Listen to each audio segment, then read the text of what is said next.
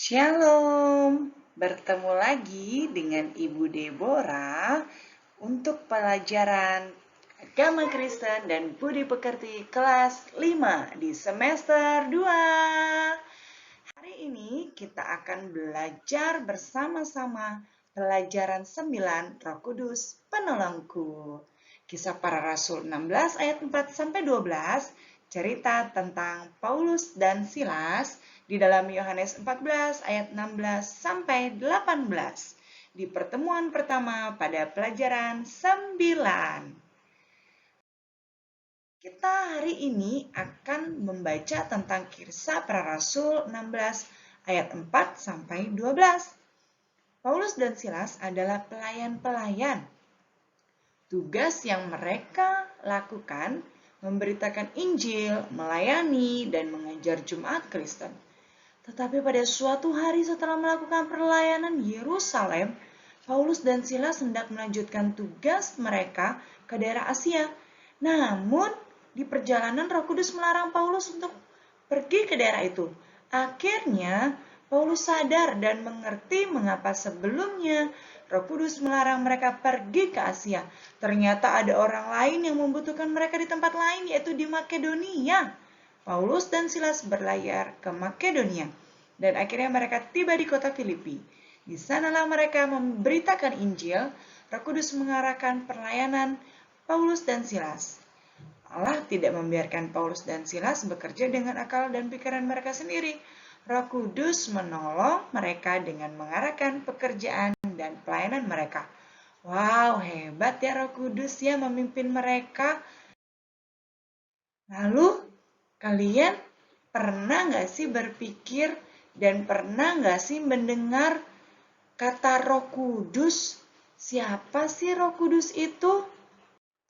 Nah, kita akan baca pelan-pelan ya untuk hal yang terpenting di bab pelajaran 9. Roh Kudus adalah Allah yang hadir dalam diri manusia dalam bentuk roh. Artinya, Roh Kudus adalah Allah yang ada, tapi wujudnya tidak dapat kita lihat. Sebagai contoh, kalian tahu bahwa angin itu ada kan? Dan kalian dapat merasakannya walaupun kalian tidak dapat melihat angin, bukan? Dan Roh Kudus sebagai pribadi Allah, Roh Kudus adalah salah satu bentuk pribadi dari Allah. Kenapa disebut salah satu bentuk? Karena Tuhan Allah kita hadir dalam 3 bentuk atau 3 pribadi. Kalian tentunya pernah mendengar kata Allah Tritunggal. Itulah yang disebut satu Allah yang hadir dalam 3 wujud atau 3 pribadi dengan tugas dan peran yang berbeda-beda. Siapakah Allah Tritunggal itu? Kira-kira siapa ya? Allah Tritunggal adalah Allah Bapa, Allah Anak, dan Allah Roh Kudus. 1. Allah Bapa adalah sebutan bagi Allah yang menciptakan manusia dan seluruh isi dunia, serta mengatur segala sesuatu yang ada di dunia ini. Kita dapat mengenal Bapa melalui seluruh ciptaannya. Apa saja sih kira-kira ciptaan Tuhan? Ada terang, ada gelap, ada cakrawala, ada bintang benda-benda penerang, ada binatang, ada tumbuhan, dan ada kita, manusia. Hebat ya Tuhan itu. Yang kedua, Allah Anak adalah sebutan bagi Yesus Kristus yang telah turun ke dunia dalam bentuk manusia untuk menyelamatkan manusia.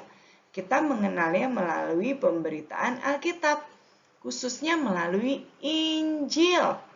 Dan yang ketiga, Allah Roh Kudus adalah sebutan bagi Allah yang hadir dalam bentuk roh di hati dan diri manusia.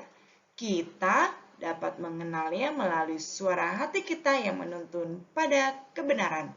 Seperti angin tadi, Roh Kudus bisa kita rasakan, tapi kita tidak bisa melihat secara kasat mata. Tetapi kita bisa merasakan bahwa Roh Kudus itu ada. Hebat kan Roh Kudus? Nah, kita sudah selesai nih pertemuan pertama di pelajaran 9 Roh Kudus Penolongku. Kita akan melanjutkannya pada pertemuan kedua minggu depan. Selesai sudah pertemuan pertama kita hari ini.